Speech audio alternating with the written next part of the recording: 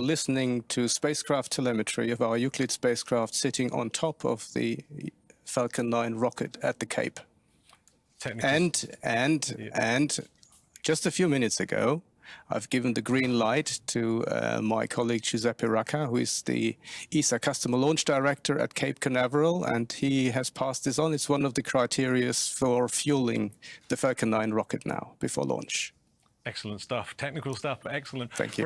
Tiago, Tiago, what preparations have we had in the main control room leading up to now? Yeah, so my shift has been, my team has been on shift in the last hours until about an hour ago. We're preparing the ground segment, the ground stations, listening to the spacecraft telemetry to hand it over to Andreas to continue the final countdown, allowing him to do our traditional roll call.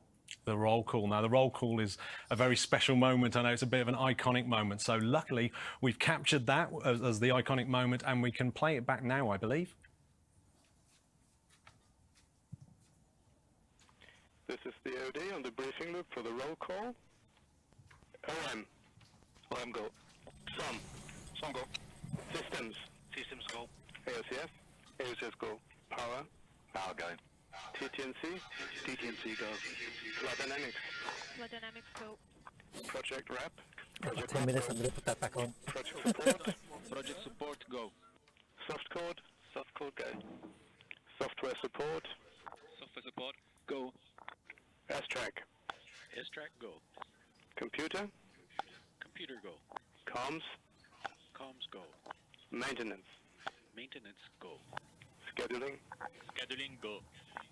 Okay, this completes the roll call for today's Euclid launch. All ground segment and teams are green for launch. Thank you. Iconic stuff, right? Before I get booted out, it's worth having a quick look up at these boards because they're really, really impressive. These are all the missions that have been controlled from this very room. So we go right before I was born, 1968, all the way across to JUICE 2023. And we go all the way to 2023. That's 85 missions as far as I can count. And there'll be one more, hopefully, tallied on the end there as well. So I'm going to leave these gentlemen. Thank you very much, gentlemen. I'm going to leave everyone in the room to get on with their jobs.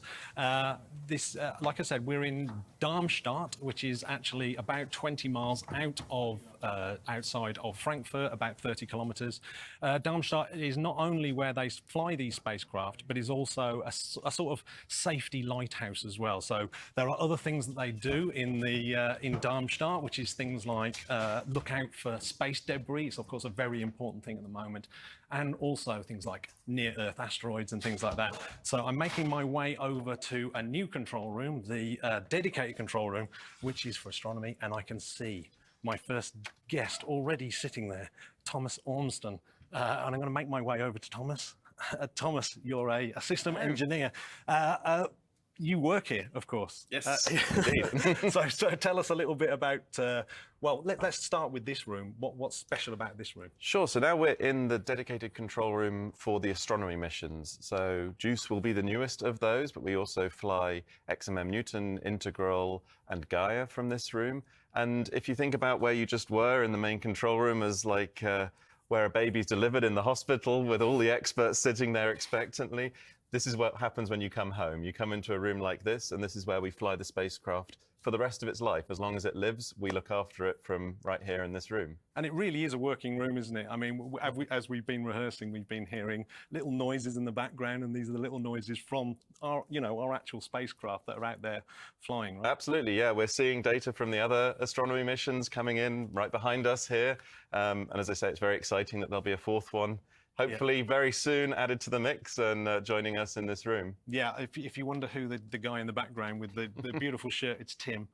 Great guy. Wave to him. And he is, there he is. He's actually flying the spacecraft. Yeah. So I've been walking around, I get lost quite often. This is a very big complex, isn't it? Lots of rooms, and they're full of people. So can you describe the sort of activity that we have here? Yeah. So, I mean, this room here is just one of the rooms where we're flying satellites. As I say, this is where we fly our astronomy missions, but we also fly missions to the planets, to Mars, to Mercury. We've got missions going around Earth. In fact, a lot of them go around Earth and look down on our planet to help us in our day-to-day work. And here we are really the heart of controlling Europe's fleet. And that's not all we do. I mean, there's way more. We could talk for hours about what we do at ESOC and ESA, looking after space debris, planetary defense, space safety, some of the biggest topics challenging us, but also presenting us opportunities in space today. Yeah, no, absolutely. So it's a hive of activity in the MCR, the room that we were in, the main control room. Why is it so quiet in here? Actually, that's a really good thing that it's quiet in here. We try as much as possible to make things automated, streamlined, efficient. So if things are quiet, that means that everything's going well. It's when this room gets busy that you begin to worry, because that means that the spacecraft, like any toddler, has thrown a tantrum, and they do from time to time. And then the various engineers and people will come in here and work through the problem, troubleshoot it, and get the spacecraft back on its feet and doing what it's meant to do. But the fact that it's just Tim here today is a good sign that the other 3 missions are quietly waiting their new friend in space. Yeah, so the 4 missions from this room, hopefully from the when will they take control in this room? Do you know? So it'll be a few days. We do all the most critical activities first of all in the main control room, where we've got everyone in there ready to jump in at a moment's notice, all, as you saw, linked up so that we can talk to each other and discuss and work problems very, very quickly. Once we're satisfied that the primary bits of getting the spacecraft safe and stable are done, then we move from that room into here, and then starts a fairly intense process called commissioning, which lasts over months, where we go from something that's just stable to something that's really ready to do its mission. And that's a lot of hard work, but also very interesting. Yeah, so you've worked here for 18 years, so would you encourage other people to come and Yes. work here? I mean, absolutely. You can probably hear it in my voice. I absolutely love it. I mean, when they told me I was given the opportunity to fly spacecraft, I was jumped at the chance, and I'm not going to... Next time I'm here, I need you to show me where they keep the stash of tea. That's my only problem. Yeah, we have multiple stashes. It's all about redundancy and backups here. Yeah, so, no, I've not found the tea yet. Thank you very much, Thomas. Always a pleasure to chat with you. We're going to have a closer look now at the Euclid mission and the purpose of the mission. So we're going to have a look at that on a video right now. The universe is not what it appears to be. Visible stars and galaxies make up less than 5% of its total matter and energy. The rest consists of mysterious, invisible substances called dark matter and dark energy.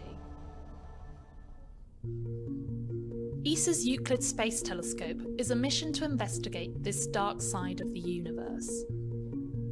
A display of innovative engineering, the 4.7 meters tall spacecraft carries 2 instruments that will examine visible and infrared light from distant galaxies. It's taken more than 3,500 people in 21 countries, working in more than 300 institutions and 80 companies to make Euclid a reality. This extraordinary telescope will observe around 6 billion galaxies, creating a 3D map of the universe, spanning the last 10 billion years of cosmic history. The shapes of the galaxies and their distribution across the universe provide vital clues about the nature and behaviour of the dark matter and dark energy. Analysing Euclid's data will allow us to see the universe not like it appears, but more like it really is. So I'm delighted to be joined by 2 of these brilliant minds that I promised earlier on who are instrumental in this mission. That's Elsa Montagnol, the head of Mission Operations Division, and Elena Mariano, who are the spacecraft engineering manager for the Euclid project. Welcome to the broadcast. I'm going to start with you first, Elsa. The whole mission is about unraveling the mysteries of the dark universe. Exactly what on earth does that mean?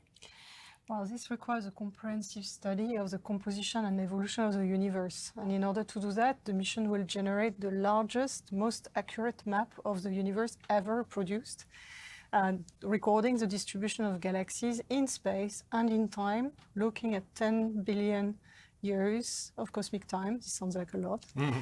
And this will help us understand the nature and the characteristic of dark matter and dark energy, which form 95% of the cosmos. Yeah, 3D map that goes all the way back in time as well as being a map. Yeah, it was really amazing. So Alina, how on earth do you build a spacecraft that comes close to fulfilling that mission?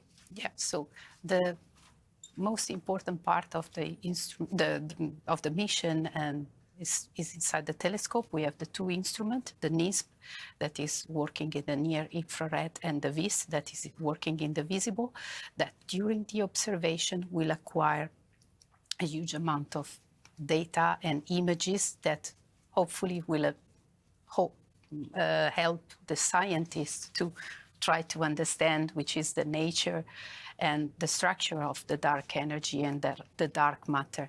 As I said, the two instruments are housed inside the telescope with all the optics that are needed for the observation. We have also the service module that is the platform that is hosting the onboard computer, that is somehow the brain where the onboard software and the OCS software are running. The communication system, including the antenna for the communication with Earth and the transfer of all this data to Earth, and all the equipment that are in charge of the attitude and orbit control. So there are a common effort, of course. The core, the heart and the eyes of the mission are within the telescope, and somehow the control and the brain is in the platform. Yeah, I mean it's so much to have to pack into a spacecraft, but we've just been seeing images of the spacecraft just behind you. It's a beautiful looking spacecraft as well. Yeah. You've managed to make it look good as well as perform as well. Yeah, for sure, it's beautiful. I'm going to get you back as well in the later parts of the program to go over how you actually really did get to build this spacecraft, because it's an amazing story as well.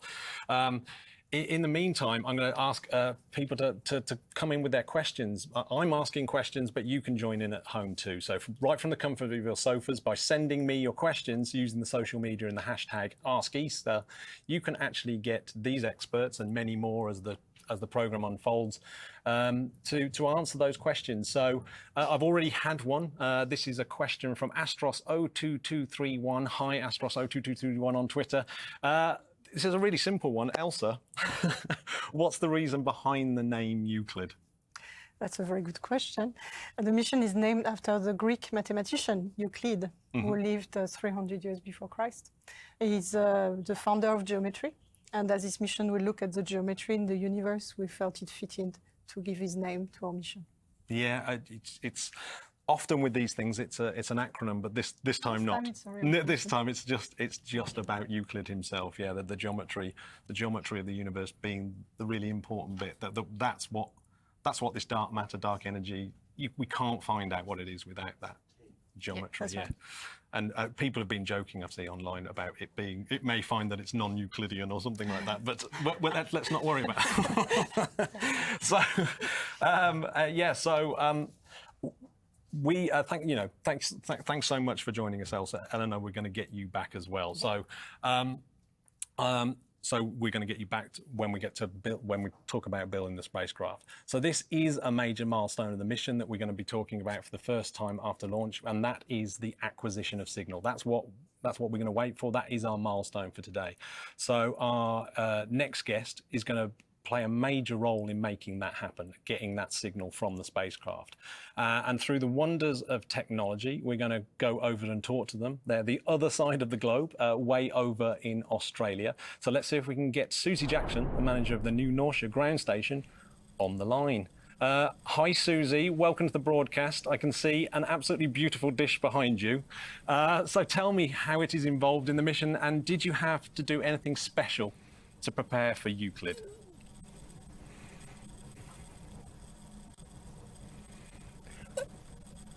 Yes, g'day. So as you can see, New Norcia 1's behind me. That's a 35-metre antenna that we'll be using tonight to acquire Euclid. This is actually a reasonably routine support for us tonight. Of course, there's a little bit more stress involved because it's the first acquisition for a spacecraft. So we'll be running this one with both New Norcia 1 behind me and also New Norcia 2, which is up on the hill, which is a small acquisition aid antenna, a 4.5 metre antenna, to make sure that we make sure absolutely that we get the signal from Euclid as soon as it turns on. So how are you able to give, can you give us a rundown of how you actually track the spacecraft?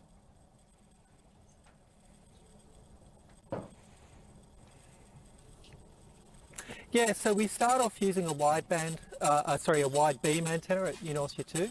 So we're never quite exactly sure where the spacecraft is as it comes over the horizon. So we use an antenna that's got a nice wide beam in order to capture the signal from the spacecraft. At first, we're expecting the acquisition to be about 10,000 kilometres distant to us, which is in our book is extremely close. So we can use a small antenna that has a very large pattern, so we're able to see the spacecraft even if it's a little bit off course.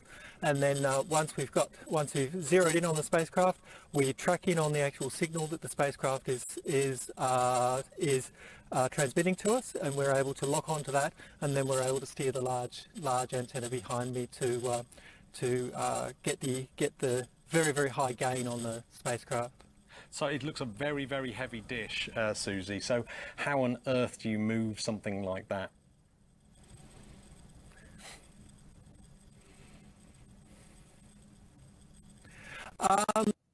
It's actually the motors that drive it are actually only about yay long. They're actually quite small.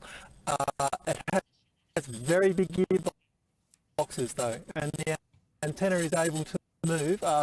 Unfortunately, you'll probably be talking to others when we move down the initial acquisition setting. It's actually able to move at a whole degree from one side of the or one horizon all the way to the other 5 or 6 minutes. It's very fast when it gets moving. It's fantastic to watch.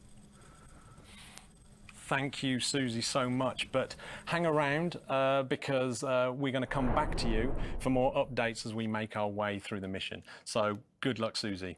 So I've been joined here in the astronomy control room by none other than Pierre Ferrou, who is the mission manager. Sorry for butchering your name again. Welcome to the show, Pierre. Thank you very much. All right, so we've seen that this is like an enormous mission, and obviously there's so much involved with this. So can you talk about some of the sort of collaborations that you've had to make this happen? Yeah, it takes a very strong, diverse team actually to build Euclid, and I can start with industry. The prime contractor, Thales Alenia Space, they have gathered a team of companies, many European industrial companies, and this team has basically built Euclid. We are talking about 140 industrial contracts. And a completely different type of collaboration and very strong partnership is the Euclid Consortium. So it's a network of institutes, agencies, and they have delivered the Euclid instruments, and they are at the core of the processing, the analysis, the scientific exploitation of Euclid data. We have basically set up a network of data centers. And one last type of collaboration, we are actually collaborating on Euclid with NASA, because NASA is providing some key pieces of hardware. They are providing one of its famous data centers, and also, of course, they are funding supporting scientists, US scientists, who work together with the European scientists to achieve Euclid goals. So as you see, it's really teamwork, and we are quite proud to say sometimes that collaboration partnerships, we are in the DNA of the European agency, and we are quite proud of that. Yeah, absolutely. Yeah, you always see these big missions, lots of collaboration. It's fantastic to see. And talking of collaborations as well, we know that it's not a sort of one-size-fits-all for launch vehicles. You know, just getting this thing into space, it isn't actually easy. And for this launch, we've got a Falcon 9 by SpaceX. So tell us a little bit about why that particular rocket was chosen. Yeah, it was chosen in the second time because we had to change rocket. And you have to realize that changing rocket for a satellite like Euclid, it's not easy. And what happened is that after Russia's war on Ukraine, we had to find a new rocket. And we looked for a rocket that would be compatible with Euclid, would be available so to launch in 2023. And after careful consideration, we selected Falcon 9. It was actually meeting all our needs. And the thing I would like to emphasize, and I think it's quite important, is to realize it's a difficult task to swap rockets. And our project team, the teams here in the Operations Center, industry, and SpaceX, they managed in less than 1 year to do all the checks, all the preparatory work that lead us to today, with Falcon 9, with Euclid on board on the launch pad. Yeah, I mean, this thing took such a long time to build, and then suddenly you're changing rocket, and yeah, I think it's an absolute testament. I hear it a lot that you know, that's been an amazing piece of work, a proper solid piece of work. It's really good to hear, isn't it? Thanks so much, Pierre. Well, I think what we're gonna do is have a quick look on the activity in the main control room now and see what they're up to. Tiago, how's it looking in there?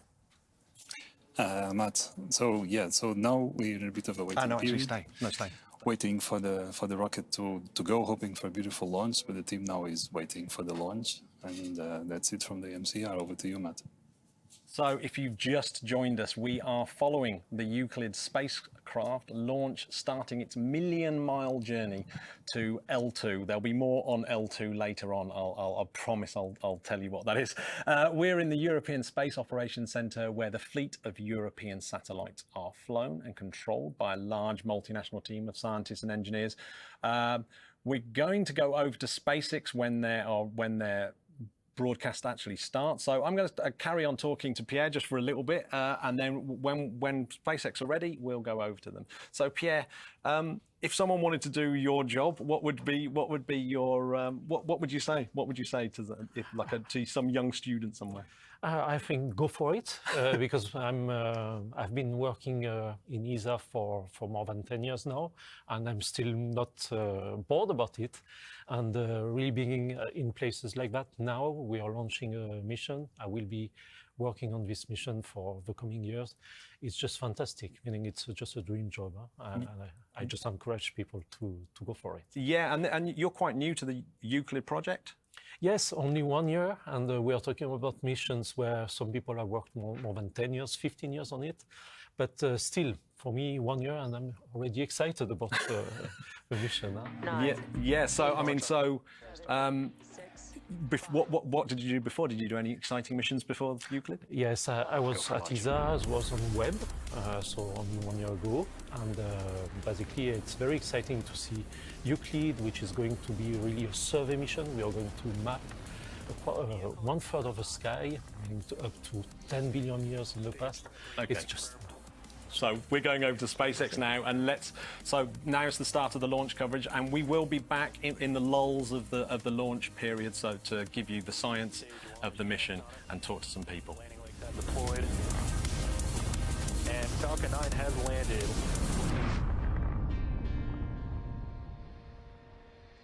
Hello, everyone, and thanks for joining us for our launch today. Falcon 9 is set to lift off from Space Launch Complex 40 in Florida just under 17 minutes from now. Our 243rd overall mission to date and our 44th mission of the year. My name is Jessie Anderson, and I'm an Integration and Test Engineering Manager here at SpaceX. And today we have a really cool payload on board the second stage. We're sending a space telescope for the European Space Agency to a Sun-Earth L2 transfer orbit, also known as the Sun-Earth Lagrange Point 2, which is nearly 1 million miles beyond Earth's orbit. This telescope's mission is to help answer the question... Stage 2 LOX float has started. To help answer the question, what is the universe made of, by exploring the cosmic mysteries of dark matter and dark energy. It will create an unmatched 3D map of the universe by observing billions of galaxies across 10 billion years of cosmic time across more than 1/3 of the sky. The mission today was named after Greek mathematician and founder of geometry Euclid of Alexandria, and since the density of matter and energy are linked to the geometry of the universe, the mission was named in his honor. The spacecraft today was built by the European Space Agency, or ESA, with contributions from the Euclid Consortium and NASA. In fact, over 3,500 people from 21 different countries were involved in making today's mission possible. After launch, Euclid will have a month-long commissioning phase while traveling to its final destination. After 2 months of performance verification, it will then be ready for its science operations to begin. ESA will need some time to process the data, but is anticipating sharing the first images with the public in the fall. In just a few minutes, we'll be joined by members of the ESA team to talk more about the mission, so stay tuned. At T-minus 15 minutes and counting, we're well into propellant loading on the vehicle. Both the rocket and spacecraft are healthy. Weather is green and looks great over there in Florida, and range is ready to support liftoff at 11:12 a.m. Eastern Time. We do have a backup opportunity tomorrow at the same time if we don't lift off as scheduled today for any reason. Our Falcon 9 rocket and the Euclid payload rolled out to the pad from the hangar yesterday and went vertical a couple hours later. Now looking at the very top of the rocket is the payload fairing, or just fairing for short. And there you can see it on your screen. The fairing is made up of two composite halves that come together to encapsulate the Euclid payload in order to protect it from aerothermal loads, heating, and contamination during ascent. Now you might be able to tell that the fairing halves supporting today's mission are brand new. Once we reach the vacuum of space, the fairing halves will separate, and we'll attempt to recover them for potential future use using our recovery vessel, Doug. Now below the payload fairing is the second stage, which is responsible for taking our payload to its drop-off orbit in space. Today's launch marks the first mission for SpaceX taking a payload with a final destination of a Sun-Earth Lagrange Point 2 orbit. Right under the second stage is the inner stage, which connects the first and second stages together, in addition to housing the Merlin vacuum, or what we call the MVAC engine, on the second stage. The inner stage is equipped with pneumatic pushers that allow stage separation between these two stages during flight. Once separated, the second stage will continue on its journey in space, while the first stage will start making its way back to planet Earth.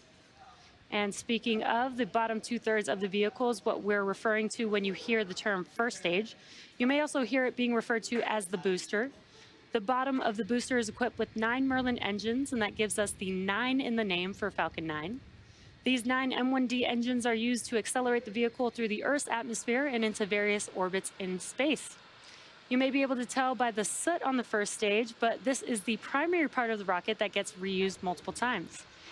The first stage supporting our launch today is flying for its second time, having supported the AX-2 mission just about 6 weeks ago.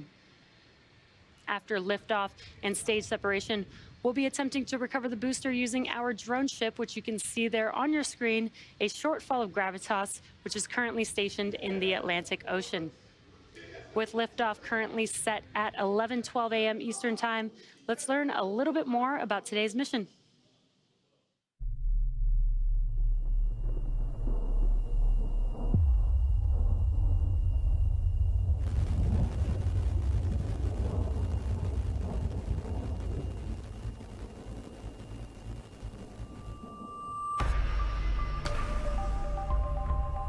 In 1915, Albert Einstein astonished the world with his general theory of relativity. It described the behaviour of the entire universe based on the matter and energy contained within it.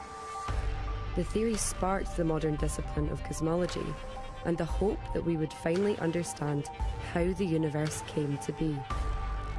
But in recent times, the effort to define what the universe is made of has given us a very big surprise. Visible stars and galaxies make up less than 5% of the universe's total matter and energy. Beneath this visible layer is a mysterious celestial realm, consisting of shadowy particles and unknown energy fields.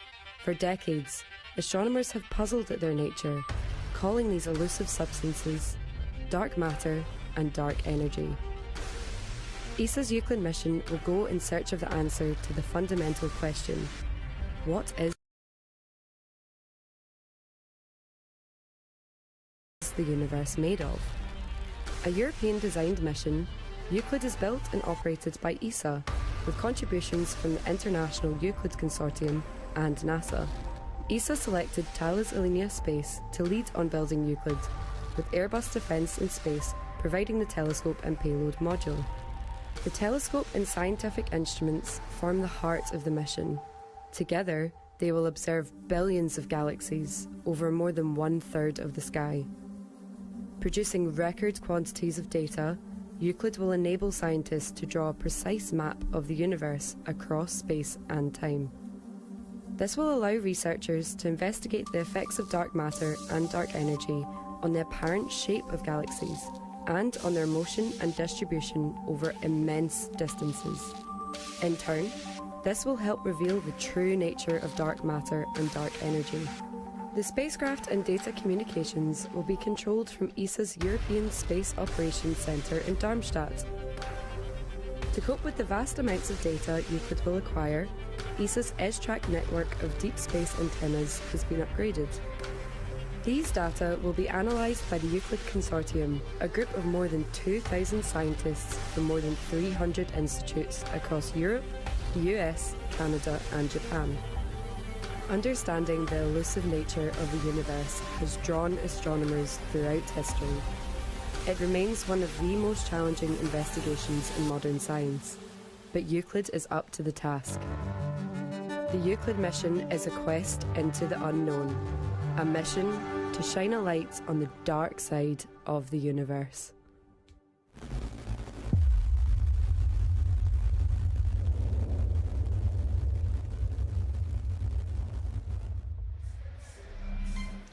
Euclid is SpaceX's first mission to a Sun-Earth L2 transfer orbit, also known as the Sun-Earth Lagrange Point 2.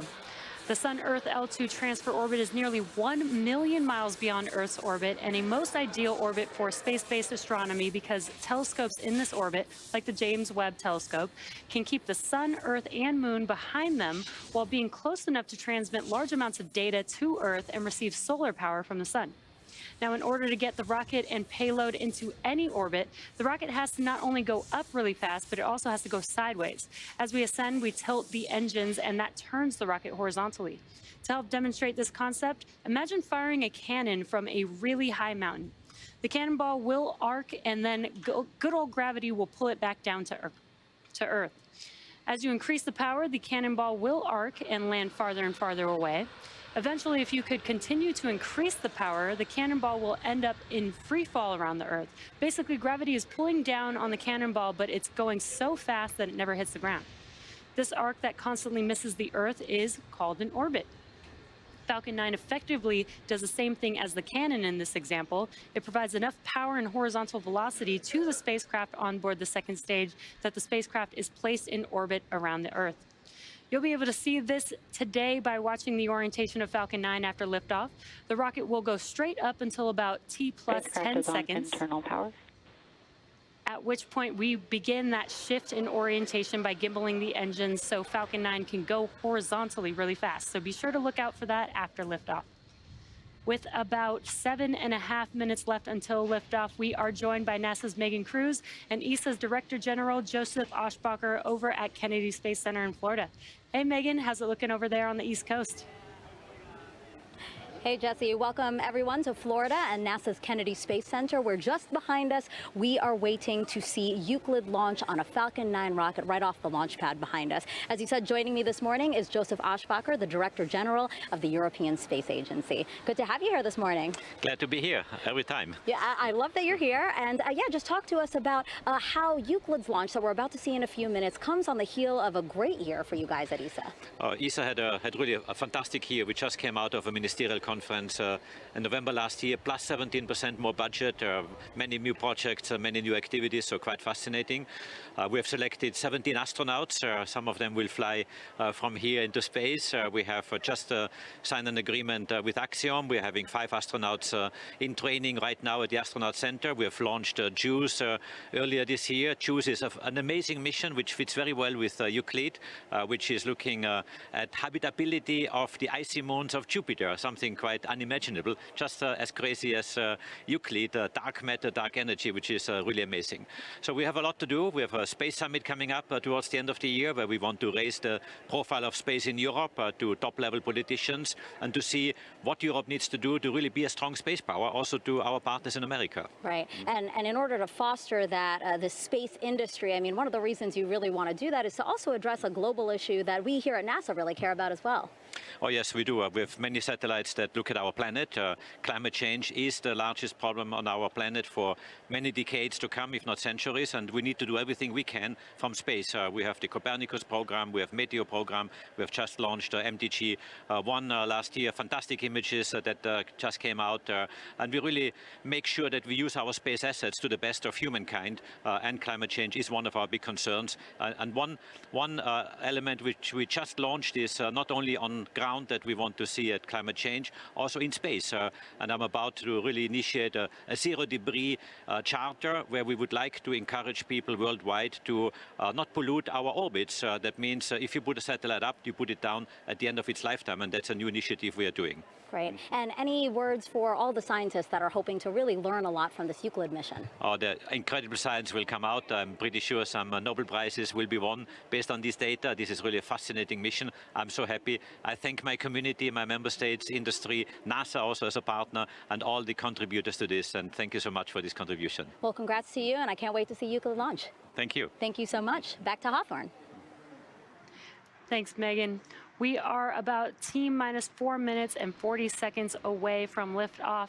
And at this point in the countdown, the clamp arms are going to begin to open up beneath the fairing, and then the transporter erector will begin to retract away from the vehicle in preparation for launch. Retract has started. And there we heard that call out. And you can see the clamp arms just below the fairing there on your screen. Those should begin to open shortly here. Once those are fully open, then the transporter erector, or what you heard called the strong back, will retract away from the vehicle. And there you can see the clamp arms opening up there.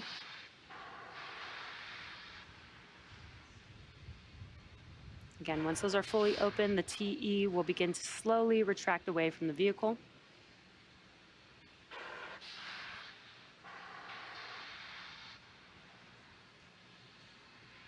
And it is very slow and slight, but the TE is now beginning to move away from the vehicle. At this point in the countdown, both the first and second stages are nearly fully loaded with 1 million pounds of kerosene fuel and liquid oxygen. Both first stage and second stage should finish prop loading about a minute apart from each other. First stage finishing up at T-minus 3 minutes, and second stage at T-minus 2 minutes. At T-minus 60 seconds, Falcon 9 will be in startup. Now, what that means is the rocket's autonomous internal flight computers will have taken over the launch countdown. Just in light the Merlin 1D engines for liftoff. The Euclid payload continues to be healthy, and the Falcon 9 team is tracking no issues on the rocket. Currently, both the vehicle and payload are healthy. Stage 1 LOX flood is complete. And we're looking good for an on-time liftoff at 11:12 a.m. Eastern Time. So let's send it back to Megan over there in Florida.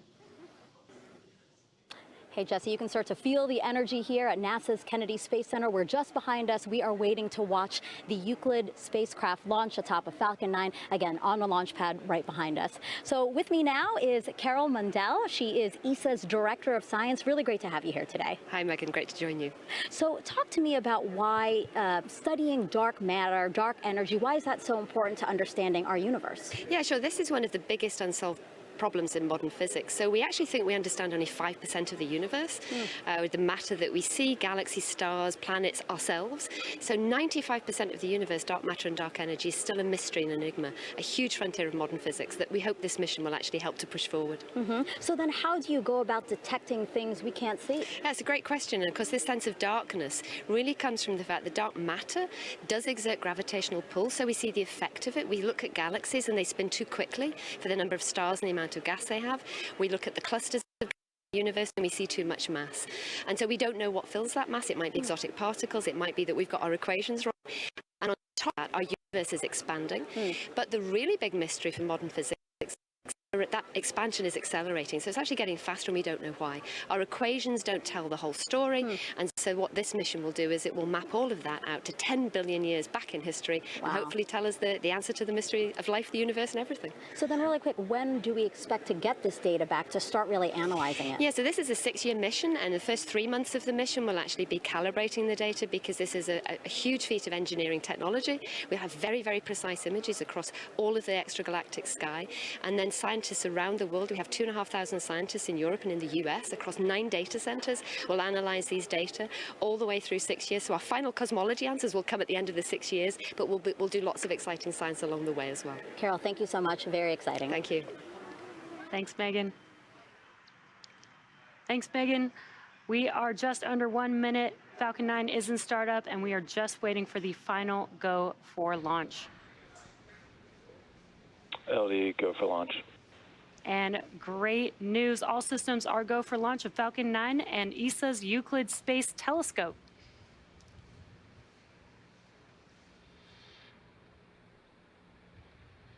T-minus 30 seconds and counting.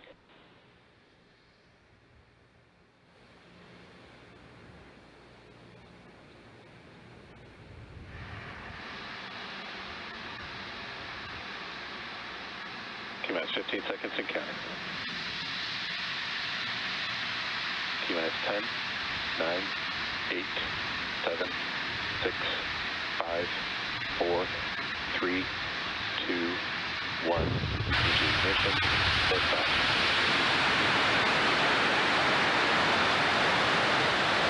Stage 1 propulsion is nominal. Vehicle is pitching downrange.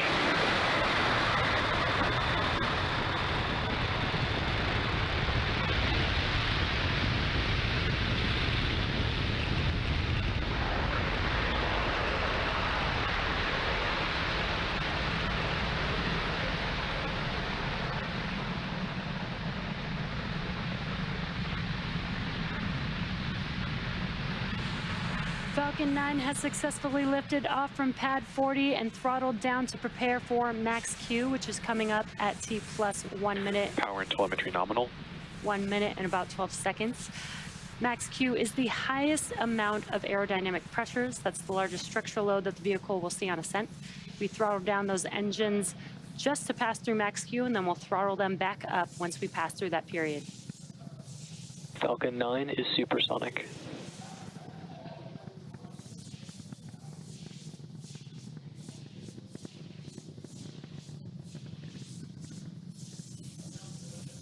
Maximum dynamic pressure. And great news, we have passed through max Q. You're getting some excellent views there on your screen. Next up, we have a few events happening back to back. That will be MECO, stage separation, and SES-1. MECO is main engine cutoff, and that's where we'll shut down all 9 of the M1D engines to slow the vehicle down in preparation for its next event, which is MVAC chill has started. stage separation. And that's where the first stage separates from the second stage. Right after stage separation, the first stage will begin its journey back to Earth for landing on our drone ship, a shortfall of gravitas. And during that time, stage 2 will continue on its journey with that third event, SES-1, or second stage engine start 1. And that is where the single Merlin vacuum engine will light up and propel the second stage along with ESA's Euclid spacecraft to orbit. In addition to these 3 major events, the fairing halves will separate less than a minute after SES-1, so keep an eye out for all of those events coming up here in just about 15 seconds or so.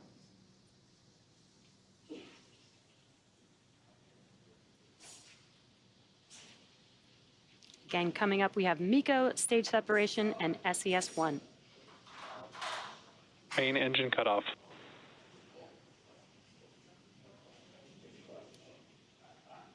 Stage separation confirmed.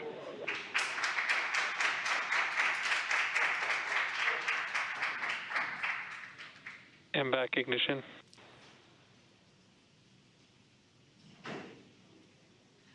Some really cool views of MECO stage separation, and on your right-hand screen, you can see that the MVAC engine has ignited. Both vehicles are following nominal trajectories.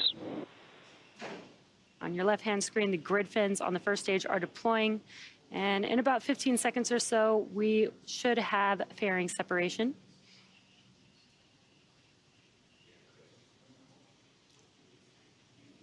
And a very cool view from the ground.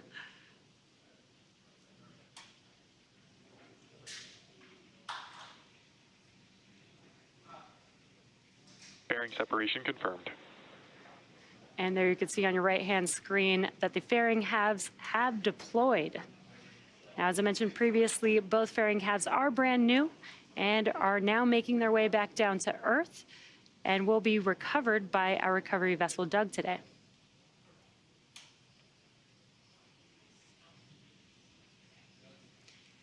It is T plus 4 minutes into today's mission. And in order to complete today's landing, the first stage has 2 more burns left. Next up is the entry burn, and that's where 3 of the Merlin 1D engines will reignite. This helps to slow the vehicle down as it re-enters the upper parts of the Earth's atmosphere. Now, that entry burn is coming up in about a couple minutes from now, and that entry burn will last about 20 seconds long. And what you're looking at on your screen, on your left-hand side, is a view from the first stage vehicle, currently making its way back down to Earth, which you can see in the background. And on your right-hand screen is a view from the second stage looking aft at our MVAC engine. Acquisition of signal, Bermuda.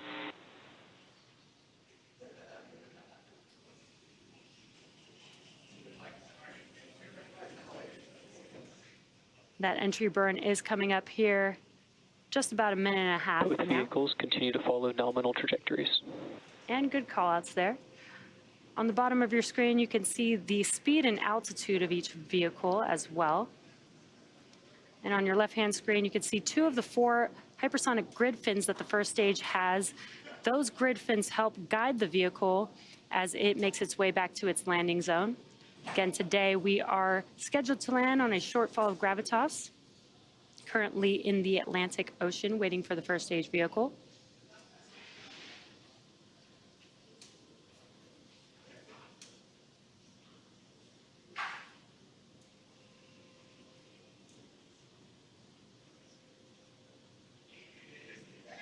And on your screen, you're getting a great view from the second stage with the MVAC there and the Earth looking amazing in the background.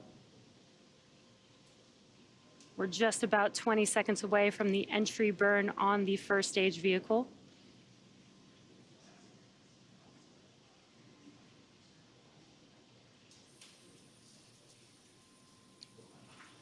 You may see some white puffs on that first stage. That is the nitrogen gas puffs for attitude control. Stage 1 FTS has safed.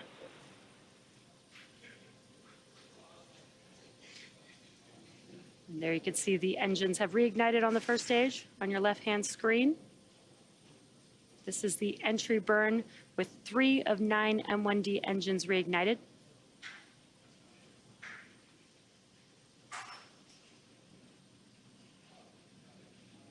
And you can see that those engines have shut down. That concludes the entry burn for the first stage. Now we do have one more burn for the first stage vehicle as it attempts to land on our drone ship, and that is the landing burn. It will just be a single engine, the center E9 engine reigniting, and that is enough thrust to help slow down the vehicle to enable it to touch down on our drone ship. Now during the first stage landing burn, the vehicle will be landing for its second time. Stage 2 FTS is safed. Stage 2 terminal guidance. The vehicle will be landing for its second time today, and just before the landing burn begins, we will also have SECO 1 on the second stage. That is second engine cutoff 1. That's where we'll shut down that MVAC engine on the second stage.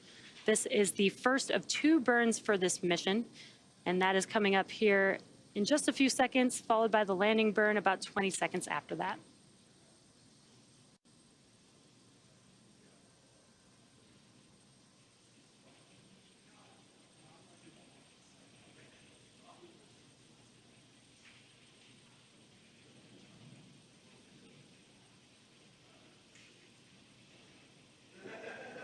There you can see that the MVAC engine has shut down and the landing burn has begun on the first stage vehicle.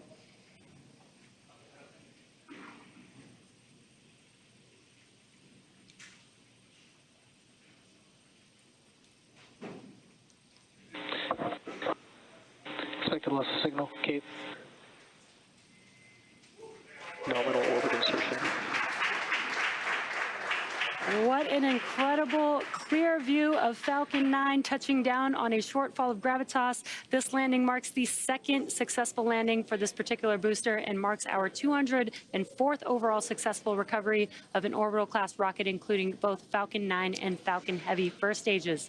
We also heard the call out for SECO 1 and confirmation of good orbit. So with confirmation of a successful second engine cutoff and first stage landing, we are going to be in a coast phase until just before the second relight of our MVAC engine on the second stage, which will be followed by payload deploy. So sit tight and we'll see you back here around the T plus 17 minute mark.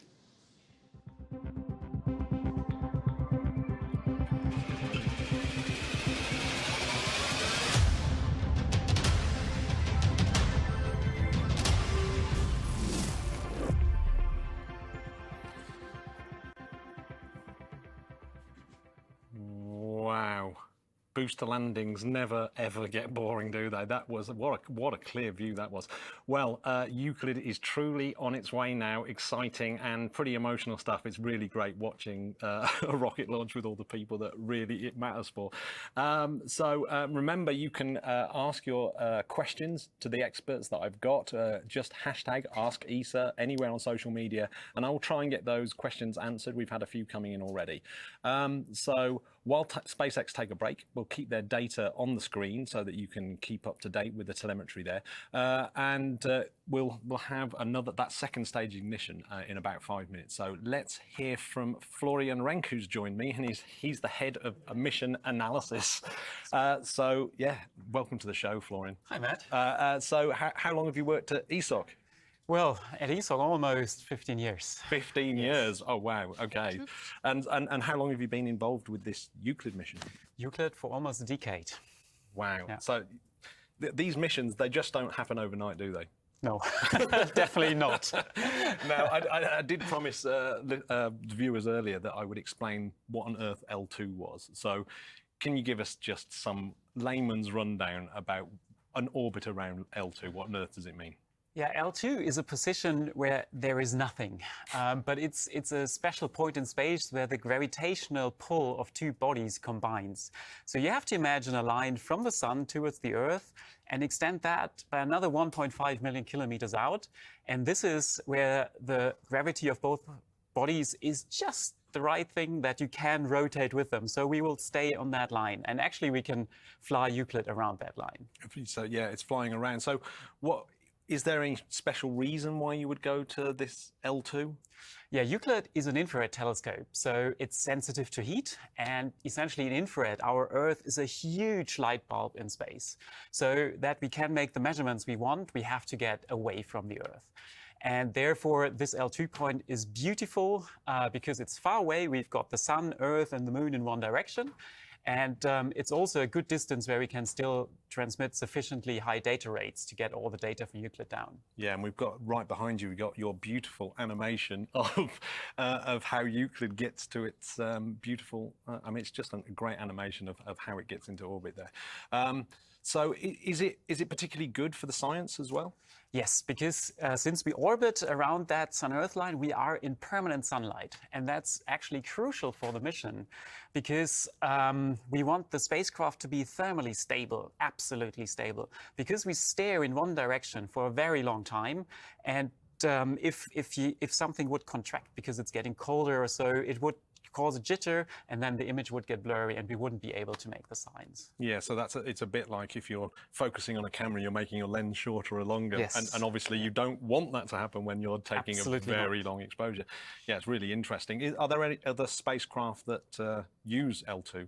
Yes, there's a couple of spacecraft. The most well-known one is, I guess, James Webb and Gaia, the ESA spacecraft, which is there. Yeah, and when I've mentioned this, people say, oh no, what happens if Euclid crashes into James Webb? What's the chances? Very, very small. The orbits are super large, so the amplitudes of the orbits are in the 100,000s of kilometers, so it's wider than the orbit of the moon. So the probability of meeting James Webb would be very, very, very small. Okay, so luckily there's no chance of that whatsoever. Not really. Whatsoever. So we've got to get out to this L2. So how on earth does that happen?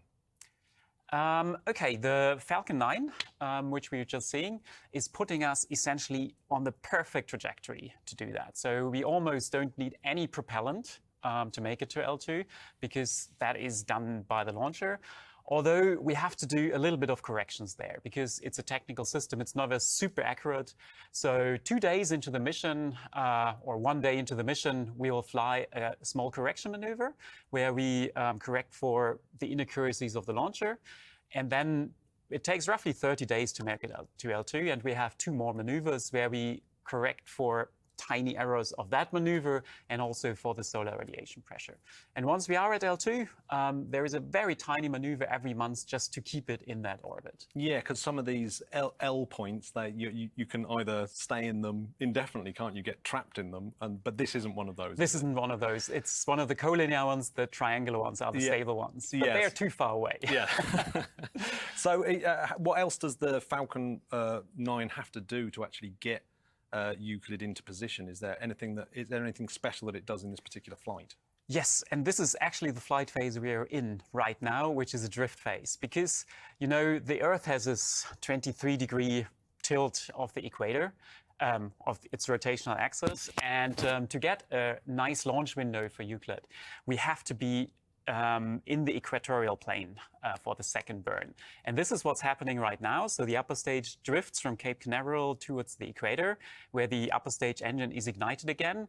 And that balances our launch window over the year so that we are not getting too far out of the ecliptic plane. And that's, besides the right speed that the Falcon is giving us, also the right direction. Yes, and that's happening right now, isn't it? That is what where we're right at. Exactly, it's that's drifting the phase. across, and we're waiting for this second burn. So we keep calling it L2. So what does it? You've actually changed my mind on this. What does the L stand for in L2? There's two things you can name them. So the first word is libration point, because it's kind of an equilibrium point where you've got a nice balance. The second one is Lagrange point, which you will also hear quite often, because Lagrange found all the 5 libration points or Lagrange points. So they get called Lagrange points. So, but you call them librations. Why is that? Because Leonhard Euler found the collinear ones, the first 3 ones. Yeah, everyone who knows me knows that I love a good Lagrange point, but I think I'm going to start calling them libration points because I feel so sorry for good old Euler. Yeah. So I mean, you know, it must be great fun working on a mission for this long to actually work out all these orbits. So that's, you know, for the Euclid mission. That's, you know, if you're just joining us, liftoff occurred so we at are going to go 11:12 back to a.m. Eastern SpaceX time in a from second Space Launch Complex to go and 40 have a look in at this Florida. second burn. So After we're going now. liftoff, we also had successful main engine cutoff, stage separation, ignition and shutdown of the second stage, bearing separation, and first stage landing. Now, coming up shortly, we'll have our second burn of our MVAC engine on stage 2 prior to payload deploy, which basically means that we will relight and shut down the second stage engine for a second and last time. Now, SES-2 is coming up here in just about 10 seconds or so. Again, SES-2 is second stage engine start 2, and then we will shut down that MVAC engine about a minute and a half later.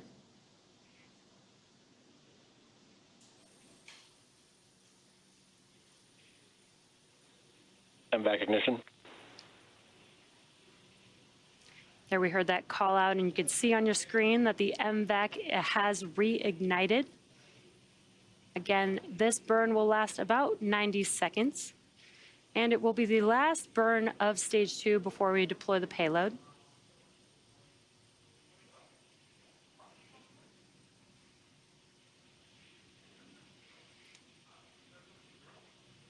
As a reminder, the Euclid payload is still attached to the second stage at this point and will be heading to a Sun-Earth Lagrange point to transfer orbit.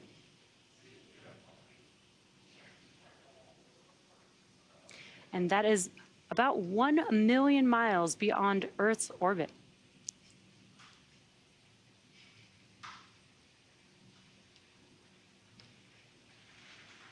Now we should have SECO-2 coming up here in a few seconds. That is second stage engine cutoff. Again, will be the conclusion of the second and final burn for this mission.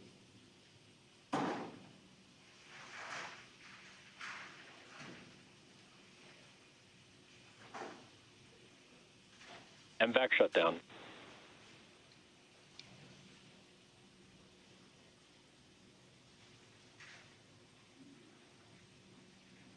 We've just had SECO-2. Nominal orbit insertion. There's that call out. We just had SECO-2 and confirmation of good orbit. So with successful second engine start and cutoff, we'll join you live to cover payload deployment in about 20 minutes. So we'll see you in a few.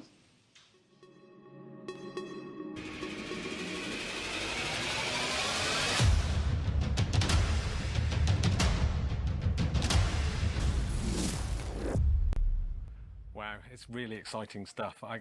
It's those images are absolutely brilliant, and everyone's buzzing in here. So while we wait for the Falcon 9 and the spacecraft itself to coast into a position for separation, I've been rejoined by Elena Majoreno, our spacecraft engineer. So tell me a little bit about the history of the construction of Euclid. The industrial Yeah. consortium, you mean?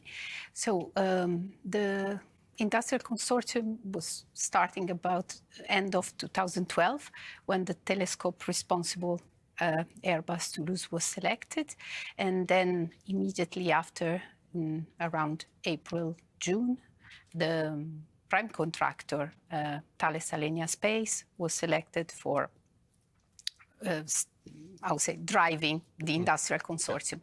The selection of all the subcontractor started immediately and was quite a long process because we procure a significant number of equipment around all Europe, and it lasts around 1 year.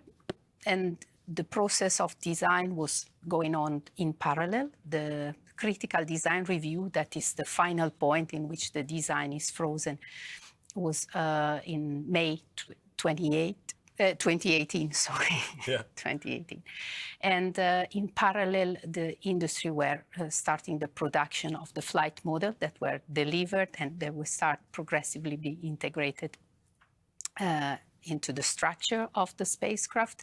We had the final mating of the telescope and the service module in the 2022, and then the environmental test campaign started, and the spacecraft arrived in Cape Canaveral when the launch campaign was completed in around the end of April, beginning of May. So it was a very long process, a lot of people, 80 company, 140 contracts, and around 20 country involved. So.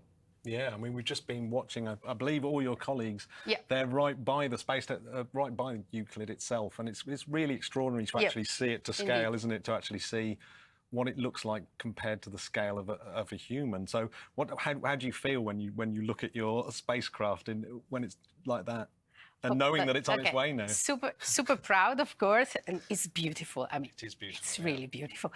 And I started the very beginning of the procurement of the industrial consortium, 2013, and I followed the procurement, the integration, and the testing of quite a number of units on the platform, and then yes, was really exciting, and being able to be there in the different moment, to see the spacecraft growing, arriving at the final stage, go on through the testing phase successfully, and now be there almost in its final position to go to L2 is really, exciting, amazing, and it's great. We're all kind of overawed with emotion from watching it. And as I said, a lot of people around Europe was involved, so it was a pleasure, and also was great to work with all these people, very brilliant engineer and technician. Yeah, I mean, just to point out to viewers that was sped up footage. The Thales Alenia people don't work that fast, but it actually marks the 10th anniversary, doesn't it? This launch of Thales Alenia signing that contract. Was that a coincidence, or? Absolutely, it was a great coincidence, because we were supposed to launch with Soyuz from Kourou, and then for the reason we know, there was a discontinuation of the Soyuz launcher, so we were looking for a different launcher, and we start evaluating the possibility to launch with Falcon 9 last year in July, indeed, and was a quite quick process, because we were able to understand that was feasible, and then we went super fast. We speed up the process that normally is taking a couple of years, and we arrive at the date of the 1st of July. But that's really an amazing coincidence. What a great coincidence, yeah. So Euclid is expected to handle just vast amounts of data, isn't it? It's like, well, it's mapping the universe, It's an understatement. It's a massive amount of data. So what kind of things do you have to do and take into consideration to handle all that data? So the instrument will produce around 850 gigabit per day. That, if you compare with the nominal capability of an hard drive or a memory stick, you can think that's nothing.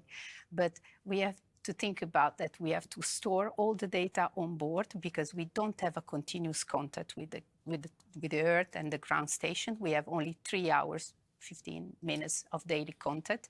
And the distance is one, as I think Florian explained, in L2 will be about 1.5 million kilometer distance. So we have to store all the data in a mass memory, and then we will transfer the data in these 3 hours through a K-band antenna to the ground station. We will use file, and it's the first time we are transferring file.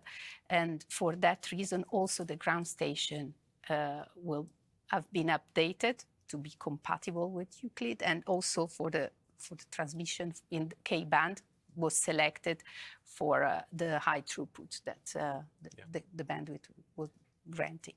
Yeah, and of course we're mapping the universe. And these are very, very bright, very, very dim objects that we're trying to capture. So, what was, in terms of precision pointing and things like that, how did you overcome those challenges? Yeah. Exactly for coping with this very stringent pointing requirement, there was a new development. So there is a new equipment that was taught exactly for that. That is the fine guidance sensor. That is a sort of evolution of the star tracker that are commonly used, but is more powerful in the sense that is able to detect objects and stars that have higher magnitude, so they're fainted star, and the information collected by the FGS will be used by the algorithm of the OCS to define the pointing of the telescope for running the observation. Yeah. Of course. Sorry. Yeah, I was going it's about time that we need to go over and check in on the main control room. Thank you so much, Elena, for giving us just a glimpse into just the unbelievable amount of work that must go into something like this, like a decade of work. It's truly remarkable. So thanks very much for sharing that story with us. Thanks. So I think it is time that we went over to the main control room now. So how is it going in there, Tiago? So Matt, no, we are flying. And we are waiting for the spacecraft separation coming in some minutes from now. So at the moment, all the team is expecting separation of the spacecraft. Can you give me a little rundown of the who's who in there? Sure. So in this room, we've got several teams who are responsible for several different things in the operations. So we have what we call here the front row.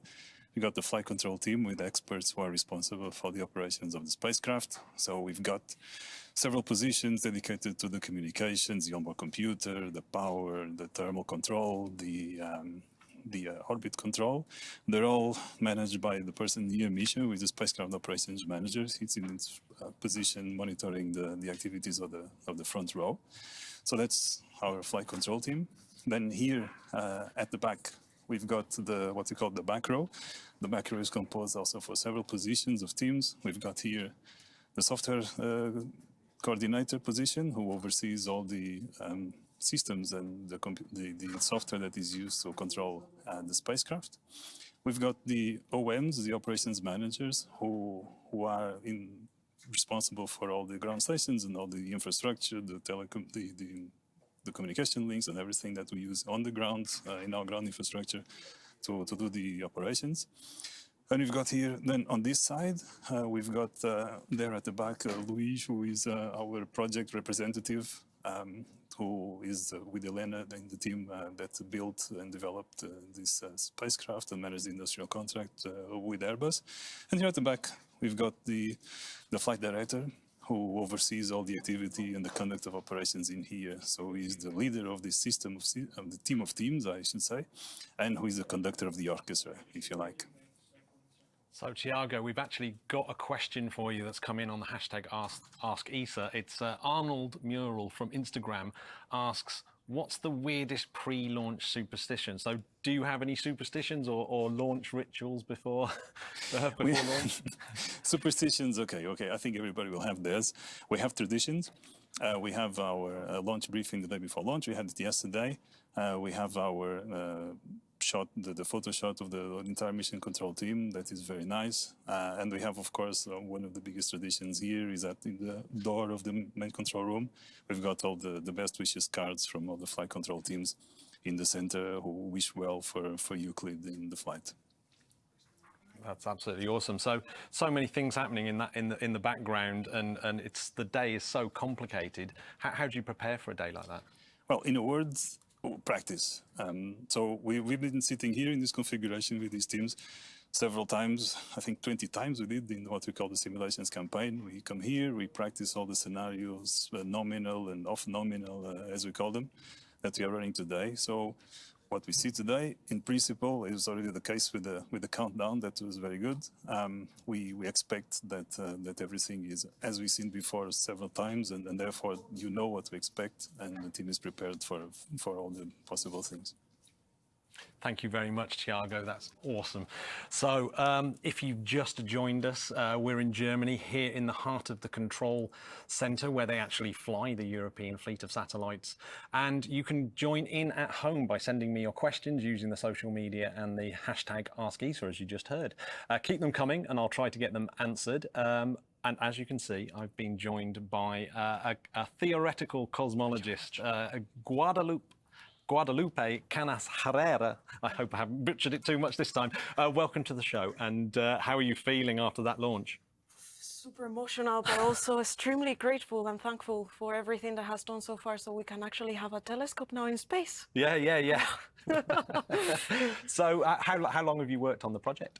So I joined the Euclid consortium back in 2018. I did my PhD preparing for this mission, and yeah, 5 years. 5 years, yeah. So it must be super exciting to see that launch. Yeah. Wow. Yeah. Unbelievable. Yeah. And so how long have scientists like you been working on this Euclid launch? So in 2011, ESA designed the Euclid consortium to be the scientific collaboration in charge of the exploitation and the analysis of the data. So more than a decade now, yeah. Yeah, so I mean, in my mind, it's almost like the scientists only get to work when you get this big bundle of data. So obviously, but you've been working with them for over a decade, the scientists, and you've been working for 5 years now. So what exactly have you been, what is your role in the Euclid? Well, you need preparation in exactly the same way that all the engineers and the fantastic team that we have here at DISOC, they have been exhaustively preparing for this moment. We also had to prepare for getting ready to analyze the data. Yeah. So we've been constructing pipelines where we're verifying that actually with the current scientific requirements, we are able to provide back what it is required from us, the goals of the mission, which is analyze the nature of dark energy and dark matter. Yeah, so I mean, so there really is decades of work, isn't it? It's like from the beginning to when this all wraps up, it'll be several decades. A lot of years of work, but also rewarding work, we hope. Yeah, and of course you're really young, and so you know this is going to be a big chunk of your career as well, isn't it? Yeah, it was. Euclid has been part of my scientific career so far, and I expect that it will be part of my next decade. Yeah, so that's what things like this launch must mean just so much to you. Yeah, for us it means the beginning. Also, like the beginning of testing everything that we have been testing, and getting ready to treat ourselves with data. Yeah. Well, one question that has come in from Twitter, I've seen quite a lot, is the images that we might get from it, because it's a survey telescope, isn't it? And therefore we're building a big map or something like that. But will we have like lovely images like James Webb gives us or Hubble gives us? Is it that kind of telescope? Will we get that? Definitely. The quality and sharpness of Euclid image is fantastic. And actually, we hoped that after commissioning, we can provide to the society with these magnificent pictures so they can test it on their own. The quality is similar to Hubble, but the quality of Euclid is that it's able to provide us way more, wider pictures. Yeah. So, I mean, at the end of the Euclid mission, what kind of final product do you hope to have? The final product is the 3D map. So this is the ultimate goal. And by comparing this 3D map with our theoretical model, we hope not, we expect that we can put constraints on the cosmological ingredients, the dark cosmological ingredients that we have in our universe and their nature. Yeah, so what is so special about this 3D map, and how does it relate to geometry and dark matter and dark energy? So the thing is that this 3D map shows how a structure has formed in our universe so far, and also because we are measuring the positions, the 2D positions of galaxies, but also the shape of galaxies and the distance, because nothing can go faster than the speed of light. Looking at these distances of galaxies is like looking at the past. So we can actually have a cosmic history view of how our universe have evolved over the years. And this is essential to test our theoretical models. Yeah, so we've actually had an Instagram question from Christmas, Crimson or something like that, on Instagram, and it cuts to the chase, I think, and it's how will Euclid be able to detect dark matter? Yeah, so we are not a mission that will detect directly dark matter. We rely on the indirect effect that this dark matter has on the images of our galaxies by measuring the distortion on the shape of galaxies, which is really subtle, but if we have many galaxies, we can actually average over so many galaxies that the statistical certainty increase. We will be able to trace where matter is distributed in our universe. And as we know that just a tiny percentage of this matter is baryonic matter, we are potentially seeing where dark matter is. And but it is a very different problem to, say, dark energy as well, isn't it?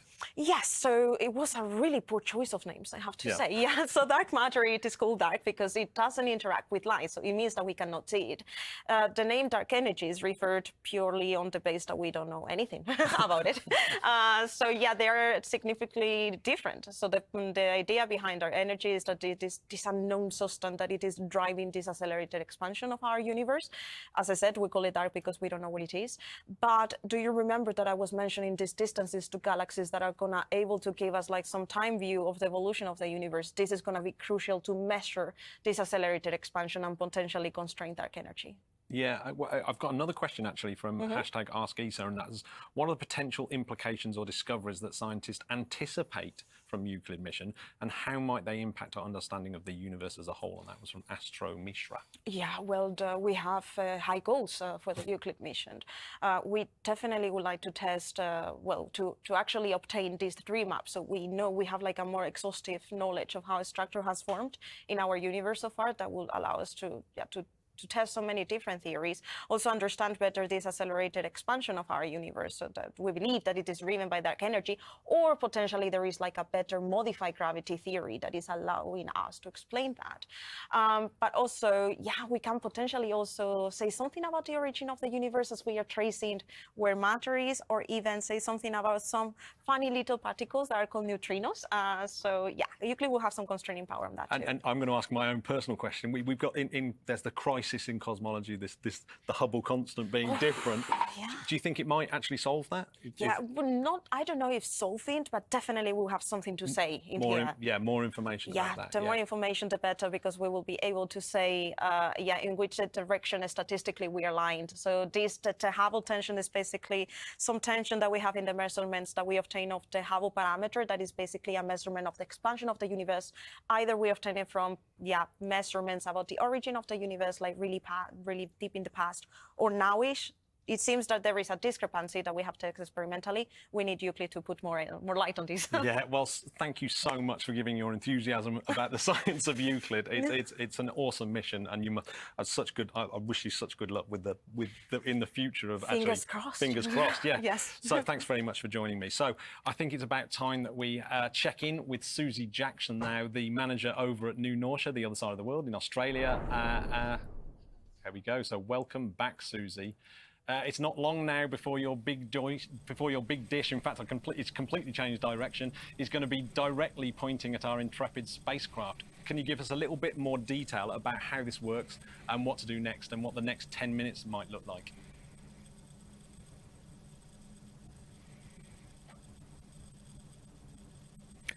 Yeah, so first of all, you'll see the dish behind me will start to rise. We'll hope for acquisition of signal from the spacecraft pretty much straight away. We're tracking both the launcher vehicle, the top of the Falcon 9 rocket, in S-band, plus we're also tracking the spacecraft itself, so that we'll be able to see everything that's happening as things come over the horizon. And as soon as we've got telemetry, we'll start steering the dish here to lock onto that signal, and we'll be able to get the signal down from Euclid.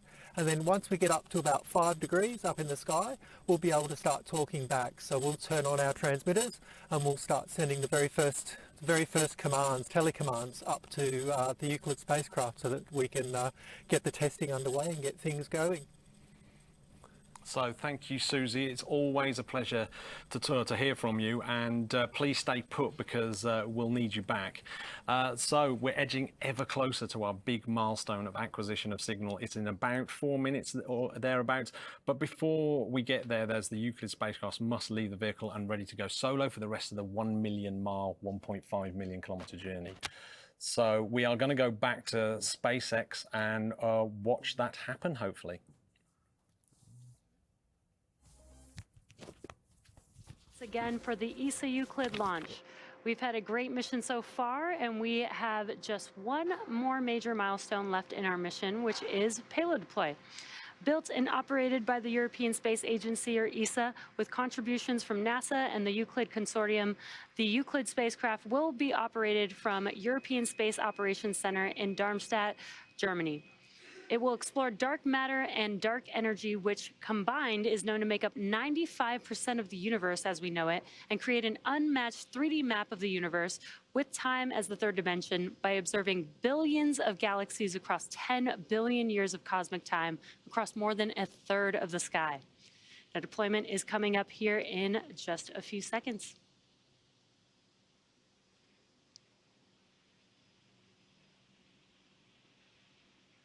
Euclid spacecraft separation confirmed. And there you can see the Euclid payload drifting away from Falcon 9's second stage. With that confirmation, we'll bring today's webcast to a close. Today's mission marked SpaceX's 243rd overall mission to date and 44th mission of this year. We want to thank the European Space Agency for entrusting us with today's mission and all of you for joining us. If you're interested in following the Euclid mission further, tune into youtube.com/ESA for more. And be on the lookout for the first images from the Euclid telescope later this fall. Thanks for tuning in, and we'll see you again soon. For those just joining, we are in the control room in Germany, and that was just incredible footage of the Euclid spacecraft being launched into space. There must be some people here that are just having a surreal moment watching their piece of hardware drift off like that. So we're now just waiting for the spacecraft to talk to us, and this is our big milestone. So Tiago, take us through what we're expecting to see here. Yeah, Matt. So I'm whispering a bit because it's not a very tense moment that we all expect that the signal come in that spectrum analyzer there that we have. So that'll mean the spacecraft is alive. So I'll just keep quiet and wait in this couple of minutes at this magic moment.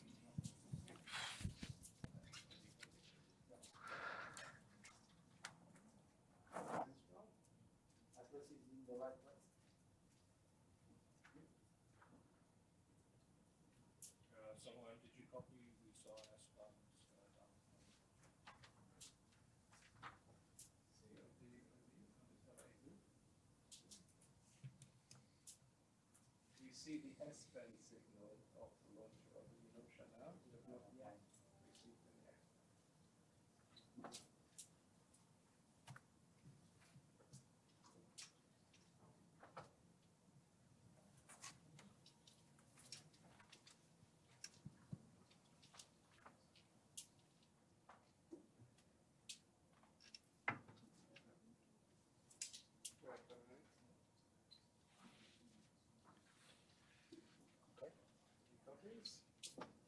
All positions are D. We have received the post-separation OPM from SpaceX.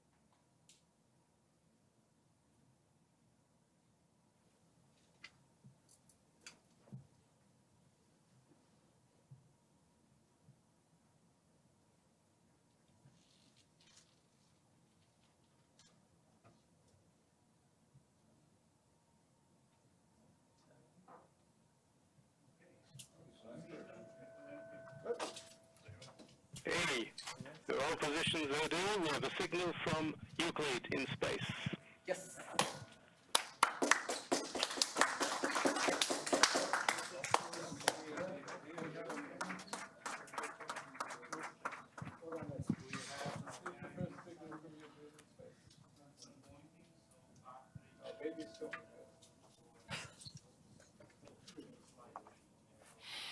Well, there we have it. The acquisition of Signal has been confirmed, and wow. These spacecraft like to keep us waiting and in suspense, don't they? That is fantastic news. The team will now be talking to the spacecraft and checking all is well after the launch. So I think it's time let's go back to Susie and see that very dish that is actually pointing exactly at the spacecraft as we speak. So Susie, you got the spacecraft in your sight? What now?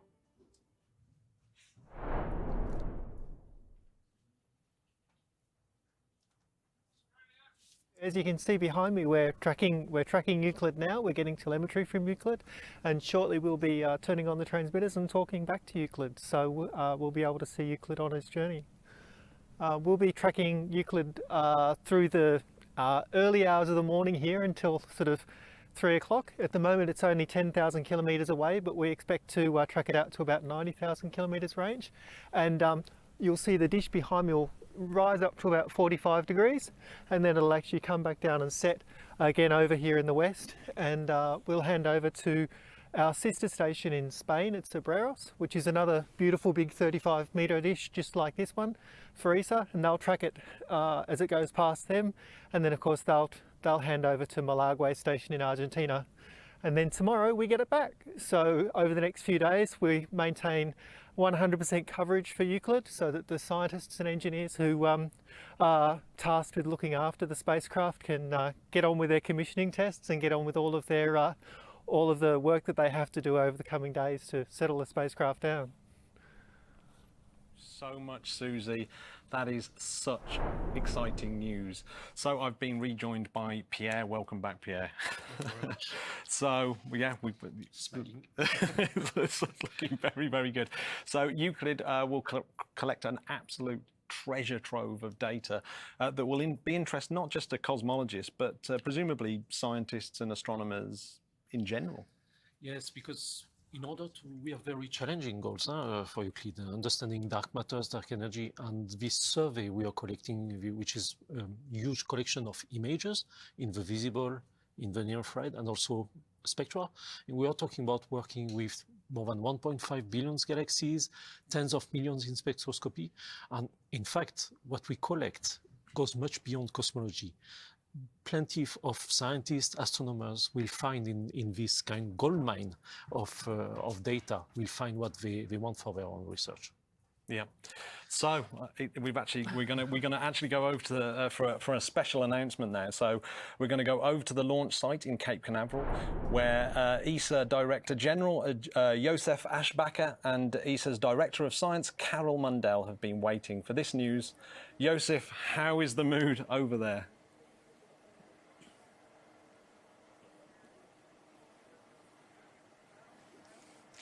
I can tell you the mood is amazing. We have a mission, and I really would like to just spend a minute to thank everyone who has made this possible. This is really a teamwork of so many people. It is the member states of ESA, of course, who have funded the mission, who have approved the mission. It's the science community who have defined the framework for this mission. It is the industry who has done a marvelous job with more than 100 companies across Europe, but also our partners in the United States who have put this mission together in about 10 years' time. And I can tell you, I'm so thrilled, I'm so excited to see now this mission up in space, knowing it is on its way to Lagrange Point 2, and really a fascinating moment. But also let me thank my own people in ESA, because our ESA team has also done a marvelous job in the Science Directorate, in ESOC, in Darmstadt, in the Technology Directorate, across the various directorates which we have in ESA. Thank you to my team as well, because it's just such a happy moment to see this mission now flying to its destination, and then of course taking all these measurements of dark energy and dark matter, which fascinate us, where we have so many questions that are being answered by this data. Amazing, and very happy and very thrilled. Carol, how are you doing? How's the mood for you?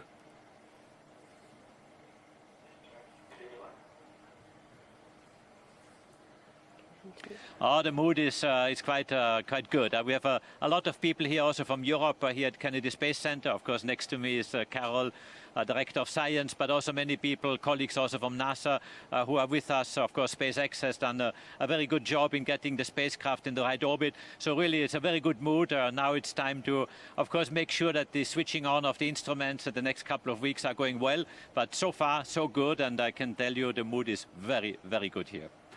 Fantastic. Carol, how are you feeling? This is a question for Carol. Carol, how are you feeling? How am I feeling? Well, it's difficult to find words, Joseph, actually, because, I mean, it's always a very moving moment.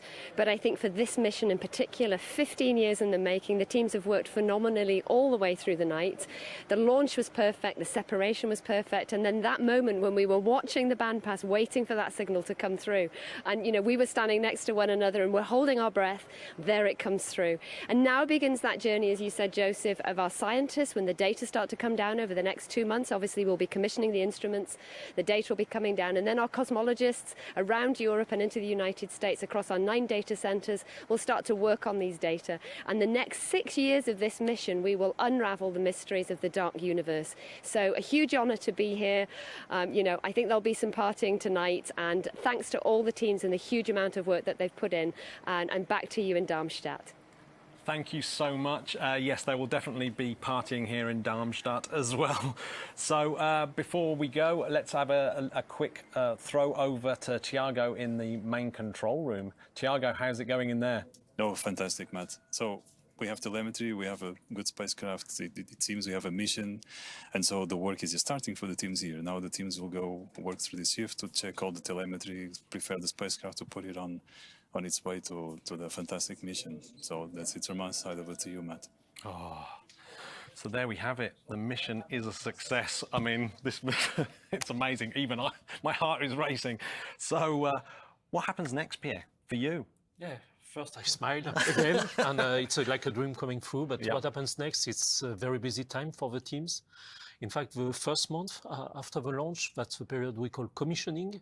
And that's the time where the teams will basically check out the spacecraft, the telescope, the attitude control system, the instruments, okay, to check that everything is right.